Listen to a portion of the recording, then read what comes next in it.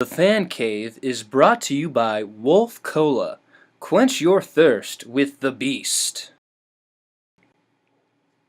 Welcome, sports fans, to another edition of The Fan Cave, presented by Wolf Cola. I'm your host, Derek Baker, and today we're talking about the Seattle Seahawks. Now, with the NFL Draft Round 1 just wrapping up, the Seattle Seahawks were non-present in this round. However, through via trade, New Orleans Saints, the Seattle Seahawks were able to get Jimmy Graham. So, to those Seahawks fans, just think Jimmy Graham was your first-round pick. Now, today we're going to be talking about the contract extension of Russell Wilson, or should I say, the disappearance of the contract extension. A lot of fans, like myself, thought that Russell Wilson's contract was going to be taken care of during this offseason.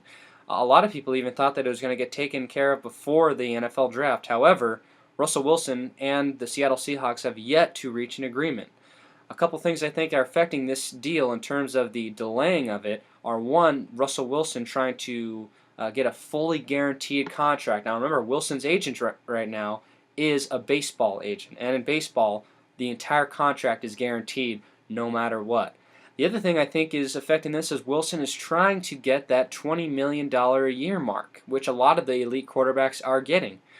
Now, even though a lot of fans would maybe disagree that Wilson doesn't deserve that type of money, let's look in at the key facts and just see how good Russell Wilson really is. In Wilson's first 3 years in the National Football League, he has tallied a 72-26 touchdown to interception ratio. He has also added 9,950 passing yards while completing 63% of all his passes. Wilson is also a dual-threat quarterback. He has totaled an impressive 1,877 yards rushing while adding 11 rushing touchdowns.